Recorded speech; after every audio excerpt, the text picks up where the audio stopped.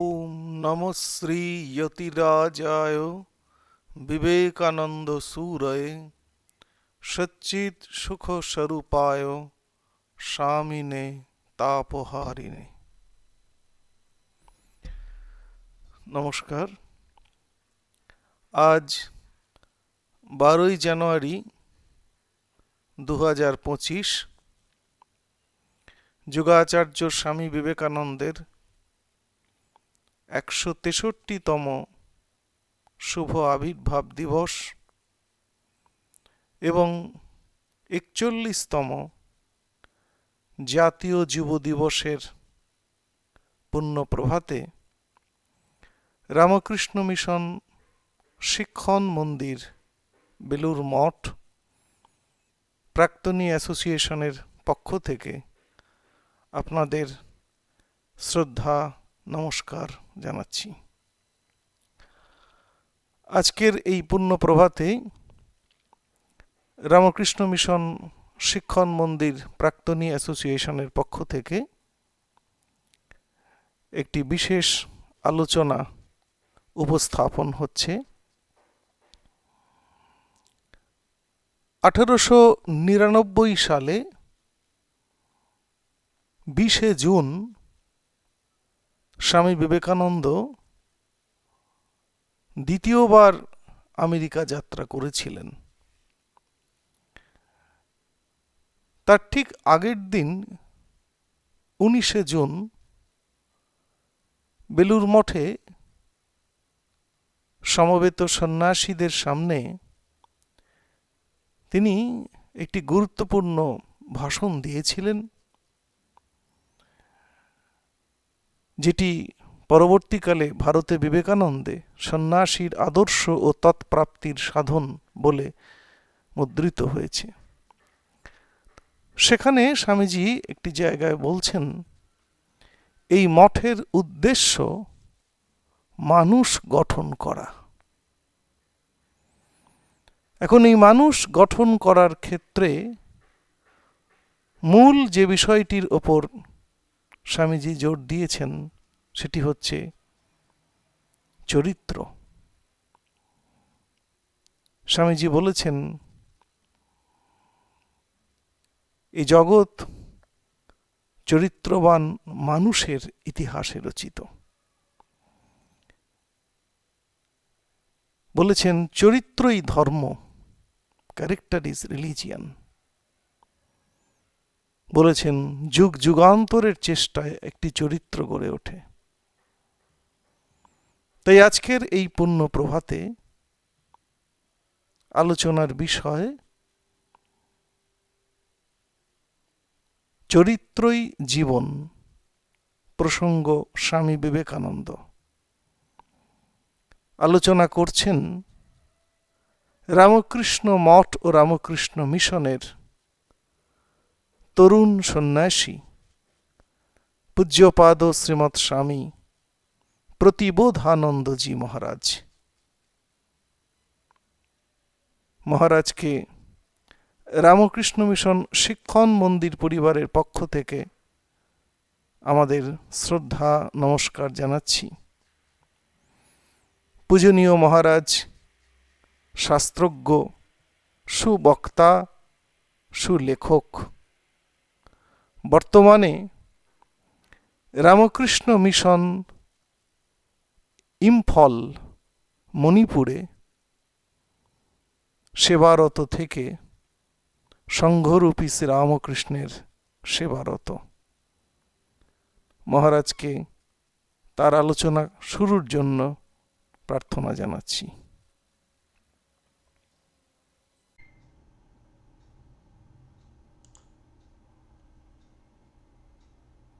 नमस्ते यतिराजाय विवेकानन्दसूरये सच्चित्सुखस्वरूपाय स्वामिने तापहारिणे। সমস্ত শ্রোতা যারা শুনছেন তাদের সকলকে আমার আন্তরিক শ্রদ্ধা, প্রীতি, নমস্কার ও শুভেচ্ছা। 12ই জানুয়ারি স্বামী বিবেকানন্দের জন্মদিন। এই পবিত্র দিন উপলক্ষে আমাকে বলার জন্য অনুরোধ করা হয়েছে বলতে বলা হয়েছে চরিত্রই জীবন, প্রসঙ্গ বিবেকানন্দ। খুব গুরুত্বপূর্ণ বিষয়, আমরা সবসময় এটা নিয়ে কাজ করি, অজান্তে এবং জানতে। এখন প্রথমে চরিত্র ব্যাপারটা আমাদের জানতে হবে, কোন স্তরে আমাদের চরিত্রের প্রকাশ ঘটে সেটা জানতে হবে। চরিত্র এক প্রকার শক্তি, আমরা সমাজকে প্রভাবিত করি এই শক্তির দ্বারা, আবার সমাজ থেকেও বিভিন্ন চরিত্রের দ্বারা আমরা প্রভাবিত হই। আমাদের অস্তিত্ব আসলে 3টি স্তরে বিরাজ করছে, আমরা অনেক সময় খেয়াল করি না। সচেতন বা অচেতনভাবে 3টি স্তরেই আমরা আমাদের নিজেদের উপস্থিতি জানিয়ে যাই। একটা হচ্ছে দেহের স্তরে, ফিজিক্যাল, আমরা যে দেখতে পাই অ্যাপিয়ারেন্স। আর একটা হচ্ছে মনের স্তরে, আর একটা আধ্যাত্মিক স্তর। অর্থাৎ দৈহিক, মানসিক এবং আধ্যাত্মিক, এই তিনটি স্তরেই আমাদের উপস্থিতি। তো এই 3টি স্তরেই আমরা নিজেদেরকে যে আমরা উপস্থিত করি বা প্রেজেন্ট করি সবার সামনে, সেটা কিন্তু সবটা একই নয়। যদি দেহের স্তরে তাকাই তাহলে দেখব সবাই আমরা ভালো, আমাদের মনের স্তরে সেখানেই যত গণ্ডগোল। আবার আধ্যাত্মিক স্তরে যদি তাকাই, চেতনার সেই স্তরে যদি দেখি, তাহলে দেখব আমরাও সবাই একই আছি, শুদ্ধ পবিত্র। স্বামী বিবেকানন্দ একটা সুন্দর কোটেশন আছে, সেই কোটেশনটা বলছি যে each soul is potentially divine, the goal is to manifest this divinity within by controlling nature external and internal. অর্থাৎ আমাদের প্রত্যেকের মধ্যে দেবত্ব আছে, এই দেবত্বর বিকাশ সাধন খুব জরুরি। আর লক্ষ্য হচ্ছে এই দেবত্বের বিকাশ সাধন করা, the goal is to manifest this divinity within. সেটা কীভাবে করতে পারি আমরা? কন্ট্রোলিং নেচার, এক্সটার্নাল এবং ইন্টারনাল, 2 ধরনের প্রকৃতিকে কন্ট্রোল করা, একটা অন্তঃপ্রকৃতি, একটা বাহ্য প্রকৃতি। এখন বাহ্য প্রকৃতিকে কন্ট্রোল করা আমরা সায়েন্সের মাধ্যমে করতে পারি, সমাজতত্ত্বের বিভিন্ন দিক আছে সেগুলো থেকে করতে পারি। কিন্তু অন্তর্জগতের কন্ট্রোল করার জন্য যে ব্যবস্থা আজকাল এই উদ্যোগ দেখা দিয়েছে, এই 2025 সালে দাঁড়িয়ে এটা আমরা বলতেই পারি যে অন্তর্জীবন নিয়ে এখন খুব আলোচনা হচ্ছে, চিন্তাভাবনা হচ্ছে। কারণ আমাদের ওখানেই সবচেয়ে গলদটা থেকে যাচ্ছে। সায়েন্স টেকনোলজির জন্য বহির্জগতের আমাদের অনেক উন্নতি হয়েছে, কিন্তু অন্তরে আমাদের দারিদ্রতা থেকে গেছে। অর্থাৎ সমস্ত রকম সুবিধা থাকা সত্ত্বেও আমরা অন্তর্জীবনের দুর্বলতার জন্যই ঠিক বিপদের সময়ে, ক্রাইসিস পিরিয়ডে আমরা নিজেদেরকে দাঁড় করাতে পারি না। যেমন করে কি হয়, একটা বড় গাছ বা বাড়ি দেখতে সুন্দর, কিন্তু অন্তরে যখন কোনো পোকায় বা ঘুণ খেয়ে নেয়, তখন ভিতরটা থস্তস হয়ে থাকে। যখন ক্রাইসিস আসে, ঝড় আসে, সুনামি আসে, তখন ভেঙে তছনছ হয়ে যায়। কিন্তু যখন ওই অন্তর্জীবনও স্ট্রং থাকে, তখন সেই জীবন দিয়ে অনেক কিছু করা যায়। কিন্তু অন্তর্জীবন উইথস্ট্যান্ড শকস, আঘাত সহ্য করতে পারে। এই চরিত্র গঠনের জন্য আমরা সাধারণভাবে সবাই ভাবি, কিন্তু চরিত্রের ব্যাপারটা কী, চরিত্রের শক্তি কী, চরিত্র কীভাবে কাজ করে, এটা অনেক সময় আমরা খেয়াল করি না। স্বামী বিবেকানন্দ চরিত্র সম্বন্ধে তার আলোচনা কর্মযোগে করেছেন, সেখান থেকে একটু আমরা আলোচনা করতে পারি। স্বামীজি বলছেন যে সুখ দুঃখ যেমন আমাদের মনের উপর দিয়ে চলে যায়, অমনি তারা সেই মনের উপরে নানা রকম ছাপ রেখে যায়, চিত্র রেখে যায়। আর এই চিত্র সমষ্টি বা সংস্কার সমষ্টির ফলকেই আমরা মানুষের চরিত্র বলি। বুঝতেই পারছি যে অন্তর্জীবনটাই এখানে মেন টার্গেট, এখানে বলা হচ্ছে মূল বিষয়। অর্থাৎ আধ্যাত্মিক জীবনে যেমন বিকশিত করতে হবে আমাদেরকে দেবত্ব, কিন্তু তার পথে বাধা হচ্ছে কি? শরীর একটা বাধা হতেই পারে, কিন্তু শরীরটা আমাদের সাধনার মধ্যে পড়ে না। কারণ আমরা যে যেমন শরীর, মন, বুদ্ধি পেয়েছি, সেগুলো নিয়ে আমাদের যেমন বাঁচছি, শরীরের ক্ষেত্রে পরিবর্তন করার স্কোপ খুব একটা নেই। ব্যায়াম, খাওয়া দাওয়া প্রভৃতি দ্বারা হয়তো কিছু করতে পারি, কিন্তু বিশেষ কিছু করার থাকে না। তাহলে চেঞ্জটা কোথায় করতে হবে? প্রথম স্তরে নয়, একদম আত্মিক স্তরেও নয়, চেঞ্জটা মনের জগতে করতে হবে। আর এই মনের জগৎ চেঞ্জ করলে কী করতে হবে? দেহের স্তরে কিছু কাজ থেকে যায়। সেটা কি না, আমরা যা কিছু করছি, যা কিছু দেখছি, শুনছি, এই সবগুলোর ছাপ আমাদের মনের মধ্যে থেকে যায়। অর্থাৎ গেটওয়ে অফ গেটিং ইনফরমেশনস, সেটা কি? আমাদের ইন্দ্রিয়গুলো, সেন্স অর্গানস, চক্ষু, কর্ণনাসিকা, জিহ্বা, ত্বক, এছাড়া কর্মেন্দ্রিয় দ্বারা কাজ করি। এই 10টি ইন্দ্রিয় দিয়ে আমরা যা করছি বা দেখছি বা পাচ্ছি, এগুলোর দ্বারাই কিন্তু আমার জীবন বা চরিত্র তৈরি হচ্ছে। যেমন খাবারের দ্বারা শরীর তৈরি হয়, তেমনি বাকি খাওয়া সহ বাকি সমস্ত ইন্দ্রিয় দ্বারা যা কিছু আমরা খাই, আহার শব্দের অর্থে আরেক অর্থে শঙ্করাচার্য বৃহত্তর অর্থে করেছেন যে যা কিছু আমরা গ্রহণ করি ইন্দ্রিয়ের দ্বারা তাকেও আহার বলা হয়। অর্থাৎ যা কিছু আমরা পাচ্ছি দুনিয়া থেকে, জগৎ থেকে ইনফরমেশন, সেইগুলোর দ্বারা আমার জীবন এবং চরিত্র তৈরি হয়েছে। স্বামীজির এখানে আমরা দেখতে পেলাম তিনি বলছেন যে এই যে চরিত্র যে তৈরি হয় তার মূলে আছে এই যে ইনফরমেশন পাচ্ছি, তার সংস্কার, তার ছাপ আমাদের তৈরি করছে। একটা জিনিস বারবার করলে, বারবার দেখলে আমাদের অভ্যাস তৈরি হয়ে যায়, আর এই অভ্যাসগুলো মানে প্রবণতা হয় বারবার করলে। সেই টেন্ডেন্সির সমষ্টি হচ্ছে হ্যাবিট, এই হ্যাবিটের সমষ্টি হচ্ছে ক্যারেক্টার।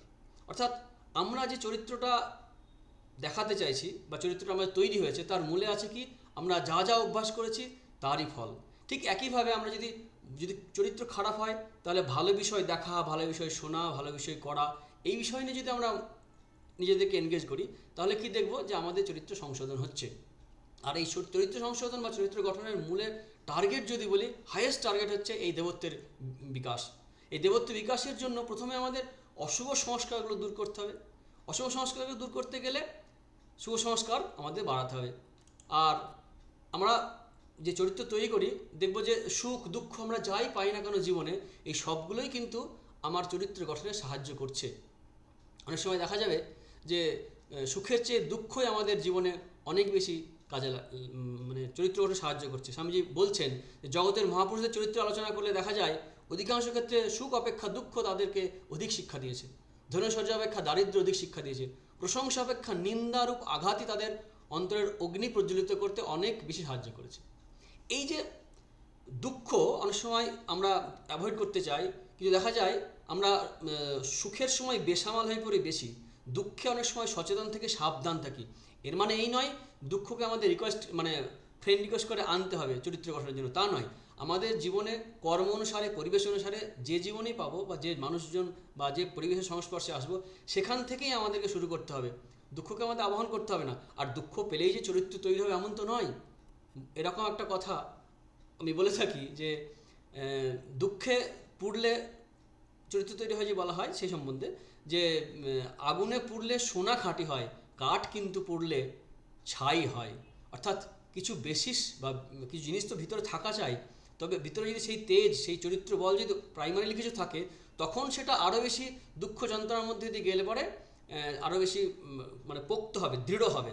যেমন করে কোনো একটা বিষয়কে মাটিতে দৃঢ়ভাবে প্রচিত করতে গেলে, গেঁথে দিতে গেলে একটু নাড়াচাড়া করে ঢালাইয়ের সময় আমরা দেখেছি তখন আরও বেশি দৃঢ় হয়, তেমনি অর্থাৎ বেসিক কিছু থাকা প্রয়োজন আছে। কিন্তু এটা আমাদের সবসময় মনে রাখতে হবে যে আমরা এই যে যা কিছু ছাপ হচ্ছে, যা কিছু দেখছি শুনছি, তার দ্বারা যে মনে সংস্কার তৈরি হচ্ছে, যেটাকে স্বামীজি চিত্র সমষ্টি বলেছেন, সংস্কার সমষ্টি বলছেন, এর দ্বারা যে চরিত্র তৈরি হচ্ছে এর টার্গেট আমাদের ভালো হতে পারে, খারাপ হতে পারে।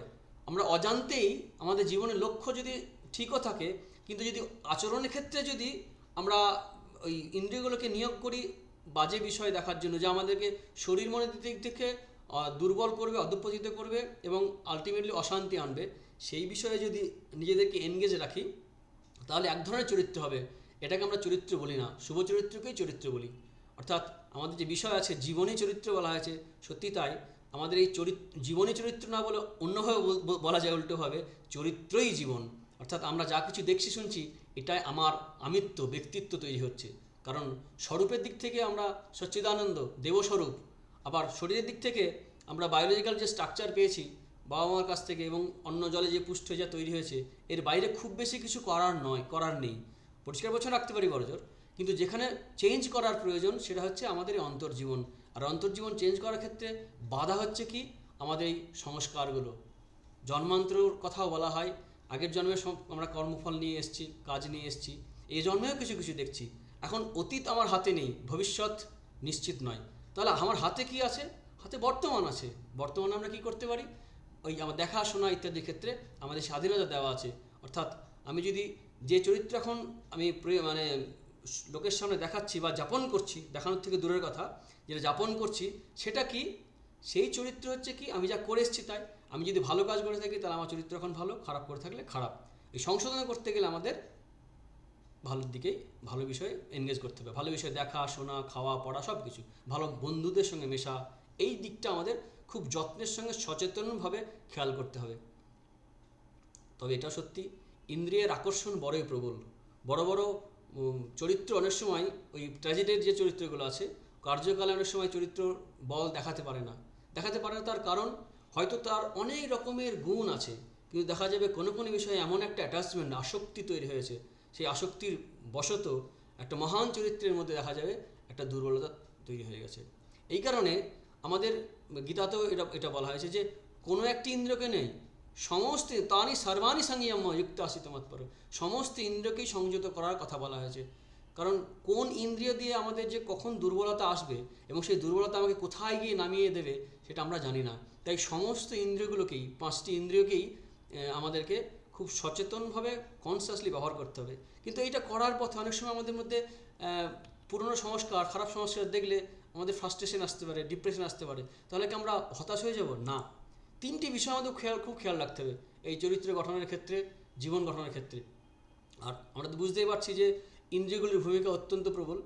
তাহলে কী কী করতে হবে আমাদের? 3খানা বিষয় যে বলছি যে প্রচণ্ড প্রচেষ্টা, হাল ছেড়ে দিতে চলবে না। স্বামীজি বলছেন যে বারবার চেষ্টা করো, যদি 1000বার ব্যর্থ হও তাহলে আবার চেষ্টা করে দেখো। কারণ কারণ অত্যন্ত স্বাভাবিক। স্বামীজি নিজেই বলছে, একটা চিঠিতে লিখছেন যে ভালোর দিকে যাওয়ার পথটি সবচেয়ে দুর্গম বন্ধুর, এটাই আশ্চর্যের কথা যে এত লোক সফল হয়, অনেকে যে পড়ে যায় তাতে অবাক হওয়ার কিছুই নেই। সহস্র পদস্খলনের ভেতর দিয়েই চরিত্র গড়ে তুলতে হবে। অর্থাৎ স্বামীজি জানেন, সচেতন, এই পৃথিবীর ধুলায়, ধরনের ধুলায় আমাদের হাঁটতে হয়, সেখানে আমাদের ধরনের ধুলা একটু তো টাচ করতেই পারে। শ্রীরামচন্দ্র বলতেন, কাজলের ঘরে থাকলে যত শেয়ানে হও না কেন একটু ঝুলকালি লাগবেই। তাই এই সংসার সমাজে জগতে থাকতে গেলে আমাদের লড়াই করতে হবে এবং সতর্ক থাকতে হবে, কনস্ট্যান্ট ভিজিলেন্স। একটা কথা আছে সংস্কৃতে, সাধকের সম্বন্ধে বলা হয় আসুপ্তে আমৃতে, অর্থাৎ যতক্ষণ না মারা যাচ্ছে, যতক্ষণ না ঘুমিয়ে পড়ছে, ততক্ষণ পর্যন্ত আমাদের সচেতন থাকতে হবে। সচেতন থাকতে হবে আমাদের সমস্ত ইন্দ্রিয়গুলির ব্যবহার নিয়ে, সচেতন থাকতে হবে আমাদের চিন্তা, ইন্দ্রিয়ের দ্বারা যে মেটেরিয়াল, যে ডেটাগুলো আমরা পেয়েছি সেটা নিয়েই তো আমাদের চিন্তা কল্পনা হতে থাকে। এই চিন্তা এবং কল্পনার জগতে আমাদের নিয়মিত করতে হবে, মানে ওটা রেগুলারাইজ করতে হবে। অর্থাৎ আমরা চিন্তা করতে বাধ্য হই, ইচ্ছা করে চিন্তা করে আমরা বলি বটে স্বাধীন ইচ্ছা, স্বাধীন ইচ্ছা, দেখব বাস্তবে কিন্তু আমরা স্বাধীন ইচ্ছা নই। আমি ইচ্ছা করে চিন্তা করছি এমন নয়, চিন্তা আমাকে জোর করে একটা ইচ্ছা তৈরি করে দিচ্ছে। অর্থাৎ ইচ্ছাটাও যেন আমাদের অনিচ্ছার ইচ্ছা, স্বেচ্ছা ইচ্ছা নয়, স্বেচ্ছা ইচ্ছা হচ্ছে না। এই কারণেই আমাদের সচেতন থাকতে হবে। তাহলে কি প্রচণ্ড প্রচেষ্টা দরকার, আর অত্যন্ত সতর্কতা জরুরি। আর একটি খুব ইম্পর্টেন্ট, অপরাধবোধ বা গিল্ট ফিলিং আমাদের ত্যাগ করতে হবে। গিল্ট ফিলিং ত্যাগ করতে হবে। গিল্ট ফিলিং কেন ত্যাগ করতে হবে? কারণ এই পথে আমাদের বারবার পদস্খলন হবে। স্বামীজি বললেন যে সহস্র পদস্খলনের ভেতর দিয়ে চরিত্র গড়ে তুলতে হবে। বারবার আমাদের মন নেমে যাবে, আবার উঠতে হবে। একটি সুন্দর উপমা আছে আমাদের উপনিষদে, স্বামীজি এটাও কোট করেছেন, ভারতীয় বিবেকানন্দে আছে, যে একটি পাখি, 2টি পাখি আছে উপনিষদ, দুবা সুপার্ণা সাইয়া সুখা ইত্যাদি।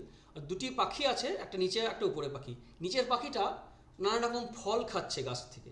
সেই ফলগুলো খাওয়ার সময় যখন ভালো ফল খাচ্ছে আনন্দ হচ্ছে, যা আমাদের হয়, আবার যখন খারাপ ফল খাচ্ছে তখন বিরক্তি হচ্ছে, তখন এদিক ওদিক তাকাচ্ছে চারিদিকে, what is the way out to get rid of it, কীভাবে আমি এই মানসিক অবস্থা থেকে বেরোতে পারি, এই বিরক্তিকর।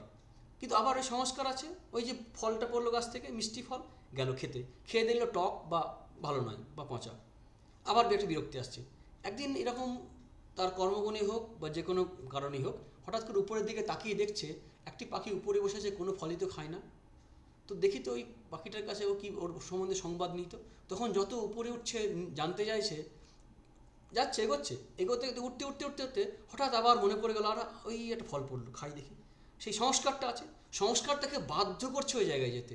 সে যে ইচ্ছা করেছে এমন নয়, অনিচ্ছন্নবি, মানে ইচ্ছা না করেও যেন সে জায়গায় পৌঁছে যাচ্ছে। সেখানে গিয়ে কী হচ্ছে, আবার একই ভোগ করছে, আবার তখন অপরাধবোধ আসছে। এই কারণেই চরিত্র গঠনের পথে আলটিমেটলি ওখানে আমরা দেখব যে একসময় ওই পাখিটা একদম উপরে উঠে যায়, উপরে উঠে গিয়ে আত্মস্বরূপ তার উপলব্ধি হয়, দেবত্বের পূর্ণ বিকাশ হয় এবং সে বুঝতে পারে যে আমি কখনোই এই নিম্নস্তরের কোনো কিছু ছিলাম না, চিরদিন আমি শুদ্ধ পবিত্র ডিভাইন। এই যেটা স্বামীজি বলছেন, each soul is potentially divine. প্রত্যেকেই যত খারাপ হোক না কেন, তার থিকনেসটা মেঘের ডিপ হতে পারে, তাই সূর্যের আলো প্রকাশ না পেতে পারে, তার কর্ম, তার অসৎ কর্মের দ্বারা, অসৎ চিন্তার দ্বারা হয়তো খুব গভীরভাবে আবরণ করে আছে তার স্বরূপের ক্ষেত্রে, তবুও সে কিন্তু সেই মেঘে ঢাকা সূর্য বা তারা সচ্চিদানন্দ স্বরূপ। অর্থাৎ ইন্দ্রিয়গুলোর ব্যবহার সাধনার পর্যায়ে যদি নিয়ে যেতে পারি, আমরা সচেতনভাবে প্রয়োগ করতে পারি, তখন আমাদের এর দ্বারাই কিন্তু আমাদের একটা জীবন তৈরি হবে। এটাই তো চরিত্র।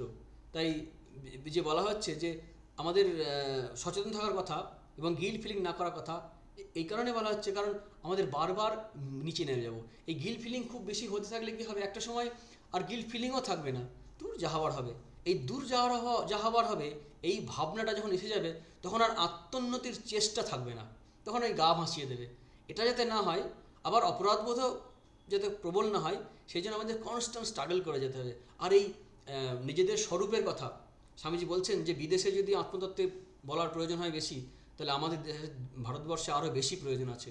কারণ আমাদের বেদান্ত বা শাস্ত্রে অনেক বড় বড় কথা বললেও বাস্তবিক পক্ষে আমাদের অবস্থা কিন্তু খুব একটা ভালো নয়, খুব একটা ভালো নয়। তাই আবার ওটাও বলছেন যে আমি বারবার যে বেদান্তের কথা বলি, অদ্বৈতবাদের কথা, সচ্চিদানন্দ স্বরূপের যে রূপ, যে ব্যাখ্যা স্বামীজি বেদান্তের প্র্যাকটিক্যাল দিচ্ছেন, তাতে অনেকে বিরক্ত হয়। স্বামীজি বলছেন আমার আসলে এই বেদান্ত ইত্যাদি হেডেক নয়, আমার প্রবলেমটা হচ্ছে কোথায়, যে তারা নিজের স্বরূপ জানুক, আমরা দুর্বল হয়ে পড়ছি। এই দুর্বলতা দূর করতে হবে, শক্তির প্রয়োজন। এবং সবচেয়ে শক্তি বেশি আসবে কোথা থেকে? উপনিষদ থেকে, গীতা থেকে। সেখানে মানুষের স্বরূপ যখন জানবে, তখন তার মধ্যে একটা কনফিডেন্স আসবে, আত্মবিশ্বাস আসবে। আর আত্মবিশ্বাস যখনই আসবে, সে তখন এমন কিছু কাজ, এমন কিছু ইনিশিয়েটিভ নেবে, যার দ্বারা তার মনের মধ্যে জোর আসবে এবং সেই অ্যাক্টিভিটির দ্বারা তার চরিত্র এমনিই গঠিত হয়ে যাবে। চরিত্র তো আর কিছুই নয়। স্বামীজি প্রথমেই যা আমরা বললাম, কর্মযোগে বলছেন যে আমরা যা কিছু দেখছি শুনছি, তারই ছাপ পড়ে যায়, সেই ছাপের সমষ্টি, সংস্কার সমষ্টি হচ্ছে আমাদের চরিত্র। বলতে গেলে আমাদের জীবনই চরিত্র, ঠিকই, বা আমাদের চরিত্রই জীবন, সেটাও ঠিক। কারণ চরিত্র কি জানলাম, জীবন কি, এটাই জীবন। অর্থাৎ আমরা কি দেখছি শুনছি এইগুলো। আর এটাও সত্যি যে ভয় পাওয়ার কারণ নেই, কারণ আমাদের এই বাড়াতে হবে হচ্ছে পজিটিভ এনার্জির, পজিটিভ বিষয়গুলো আমরা যত বাড়াবো, তখন দেখবো আস্তে আস্তে আমাদের উন্নতি হচ্ছে। তাই আমাদের কখনো ঘৃণা করা চলবে নিজেদেরকে। কর্মযোগে আরেকটা কথা স্বামীজি বলছেন যে আমাদের প্রথম কর্তব্য হচ্ছে নিজেকে ঘৃণা না করা। Our first duty is not to hate ourselves. আরেকটা আমাদের প্রবলেম হয় অন্যের ঘাড়ে দোষ দেওয়া। সেটাও স্বামীজি বলছেন না, অন্যের ঘাড়ে দোষ দিও না, কারণ তুমি যে অবস্থায় এসেছো তার জন্য তুমিই দায়ী। আবার নিজেকে যে তুলতে হয়, তুমি নিজেকে তুলতে পারবে, যেটা গীতাতেও আছে, উদ্ধরেদ আত্মান আত্মানম না আত্মানম অবসাদায়িত আত্মই বা আত্মনে বন্ধু আত্মই উপর আত্মনম। বলছেন এই উপরের অন্যের ঘাড়ে দোষ দিয়ে আমাদের কোনো রকম উপকার হয় না। সমস্ত স্বামীজি বলছেন যে তোমার নিজের দোষের জন্য কাউকে নিন্দা করো না, নিজের পায়ে দাঁড়াও, সব দায়িত্ব নিজের কাঁধে দাও, আর বলো আমি যে কষ্ট ভোগ করছি তা আমারই কর্মের ফল। আর এদের এটাই প্রমাণ হচ্ছে যে আমি চেষ্টা করলে কষ্ট দূর করতে পারবো। একটা সুন্দর পড়িয়ে জায়গা থেকে যে উঠো, সাহসী হও, বীর্যবান হও, সব দায়িত্ব নিজের উপর গ্রহণ করো, জানিয়ে রাখো তুমি তোমার অদৃষ্টের সৃষ্টিকর্তা। এছাড়া অদৃষ্টি বলার কিছু নেই, আমার কর্ম। তারপরে কি হয়েছে যে আমাদের অনেক সময় কি হয়, যে ফার্স্টেশন যেটা কথা বললাম যে গিল্ট ফিলিং আসছে, এই ফার্স্টেশনের দ্বারা অভিভূত হওয়া দরকার নেই। আমরা যদি দু ধরনের, একটা হচ্ছে নেগেটিভ, একটা পজিটিভ বিষয় যদি বাড়াতে থাকি, তখন দেখা যাবে যে আমাদের নেগেটিভগুলো আস্তে আস্তে দুর্বল হয়ে যাচ্ছে। একটা সুন্দর কথা আছে স্বামীজির যে গতস্য শোচনা নাস্তি, অনন্ত ভবিষ্যৎ তোমার সম্মুখে, সর্বদা মনে রাখিও তোমার প্রত্যেক চিন্তা প্রত্যেক কার্যই সঞ্চিত থাকিবে। ইহাও স্মরণ রাখিবে যেমন তোমার কৃত প্রত্যেক অসৎ চিন্তা অসৎ কার্য তোমার উপর ব্যাঘ্রের মতো লাফায়া করিতে উদ্যত, তেমনি তোমার সৎ চিন্তা ও সৎ কার্যগুলি সহস্র দেবতা শক্তি লইয়া সর্বদা তোমাকে রক্ষা করতে প্রস্তুত। আমরা এখান থেকে কী পাচ্ছি, যে আমরা যা চিন্তা করি, স্বামীজি বলছেন সর্বদা মনে রাখিও, সবসময় মনে রেখো, আমরা যে চিন্তা করি, আমরা যে কাজ করি, প্রত্যেকটা সঞ্চিত থাকে, ভালো মন্দও। তাই বলছেন যেমন তোমার কৃত প্রত্যেক অসৎ চিন্তা অসৎ কার্য তোমার উপর ব্যাঘ্রের মতো লাফিয়ে পড়তে হতো।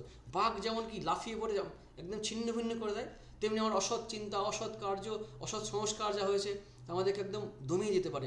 লোকে জানবে না আমি কেমন আছি, কিন্তু অন্তর জীবন, আমার একটা জীবন আছে।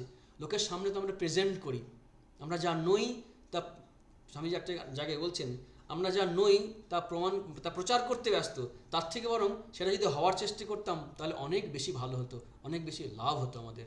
তো এই আমাদের অন্তর্জীবনে ওই সংগ্রামটা যেন থাকে, যে ভিতরে ভিতরে আমাদের বাইরে লোকে যাই বলুন না কেন, অন্তরে আমরা সবচেয়ে ভালো জানি আমরা কি করছি, আমরা কি অবস্থায় আছি। সেই কারণে আমাদের নিজেদের মাঝে মাঝে ইন্ট্রোস্পেকশনের দরকার আছে, বসে বসে ভাবতে হবে। এই ফোনে বেশি না তাকিয়ে, মানে কিছুক্ষণ অন্তত মনের দিকে তাকিয়ে মনের কি অবস্থা সেটা জানার জন্য মনের দিকে নজর দিতে হবে। আর নজর দিয়ে দেখতে হবে যে আমাদের মধ্যে বাঘভাল্লুক কি লুকিয়ে আছে, সৎচিন্তার দেবতাই বা কজন আছে। ওই দেবতার সংখ্যা বাড়াতে হবে। কীভাবে বাড়াতে হবে? সৎকর্মের দ্বারা, সৎচিন্তার দ্বারা, সৎসঙ্গের দ্বারা, এগুলো বাড়াতে হবে। এইটাই স্বামীজি এখানে বলতে চাইলেন যে অসৎ চিন্তা, অসৎ কর্ম যেমন বাঘের মতো লাফিয়ে পড়ে একদম ছিন্ন ভিন্ন করে দেবে, তেমনি আমাদের একটা পজিটিভ দিক আছে, আসার কথা আছে। সৎ চিন্তা, সৎ কার্যগুলো সহস্র দেবতার শক্তি নিয়ে সর্বদা রক্ষা করতে প্রস্তুত। অর্থাৎ আমাদের এই দেবসেনা বাড়াতে হবে। এই ব্যাঘ্র প্রভৃতি থেকে বা অসুর প্রভৃতি থেকে মুক্ত হতে গেলে আমাদের এই সৎ চিন্তার যে সৎ কার্য, এগুলো বাড়াতে হবে। এগুলো বাড়ালেই আমাদের অন্তর্জীবনে সেই এনার্জিটা, সেই ভাবনাটা আসবে। এই চরিত্র তৈরির ক্ষেত্রে যেটা আমরা প্রথমেই শুরু করেছিলাম, প্রথম দিকে বলেছিলাম যে 3টে স্তর আছে। একটা হচ্ছে দৈহিক স্তর, একটা হচ্ছে মানসিক স্তর, আর আধ্যাত্মিক স্তর। জীবনের সার্বিক বিকাশ, সম্পূর্ণ রকম বিকাশ করতে গেলে কিন্তু আমাদের এই ভালো মন্দের পারেও যেতে হবে। ভালো মন্দের পারে বলতে কি, শুভ অশুভরও পারে যেতে হবে, কিন্তু সে অনেক দূরের কথা। তার আগে পর্যন্ত এই চেষ্টায় আমাদের জীবন যখন এগোতে থাকবে, তখন দেখতে পাবো কি যে প্রথমত অসৎ চিন্তাগুলো তাকে দূর করতে হবে, তাই সৎ চিন্তাকে নিয়ে আসতে হবে। সৎ অসৎ দুটোকেই ত্যাগ করতে হবে, সে এক উঁচু অবস্থা।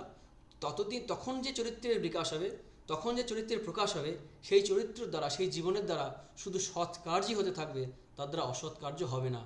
ওই চরিত্র বা ওই জীবন যখন তৈরি হয়ে যায়, তখন সেই ব্যক্তি সমাজের জন্য আশীর্বাদ স্বরূপ এবং নিরাপদ। কারণ ওই ব্যক্তিকে চালনা করার জন্য কোনো নিয়ম কানুন, কর্তব্যের বন্ধন থাকবে না।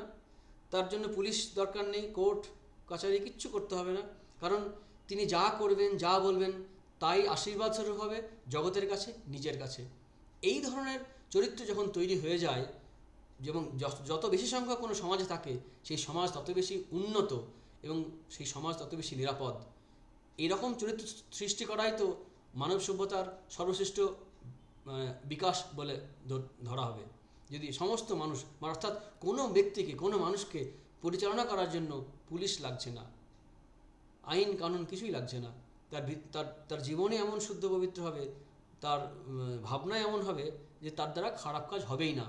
যখন অজান্তেও খারাপ কাজ হবে না, তখনই বলা যাবে তার চরিত্র তৈরি হয়েছে। আর তার চেয়ে উচ্চ অবস্থা তো বলা হলো যে শতাশত দুটোকেই ত্যাগ করে আত্মস্বরূপের প্রকাশ করবে। স্বামীজি সেই কারণে বলছেন এক জায়গায় নিবেদিতাকে যে আমার আদর্শ কি, বলতে গেছে my ideal indeed can be put into few words, that is to preach and to mankind their divinity and how to make it manifest in every movement of life. জীবনের প্রত্যেকটা ক্ষেত্রে কী করে বিকাশ করা যায় এই চৈতন্যের, দেবত্বের, সেটাই স্বামীজির আদর্শ। স্বামীজি চিকাগো বক্তৃতা থেকে যে জীবনযাত্রা শুরু হয়েছিল, বক্তৃতার জীবন যে শুরু হয়েছিল এবং শেষ দিন পর্যন্ত নিবেদিতা লিখছেন ভূমিকাতে, তার যে বাণী রচনা পাওয়া যায়, তার মূলে একটি ভাবনাই ছিল। স্বামীজি দেশপ্রেমের কথা বলেছেন, স্বামীজি দরিদ্র উন্নয়নের কথা বলেছেন, স্বামীজি শিক্ষার কথা বলেছেন।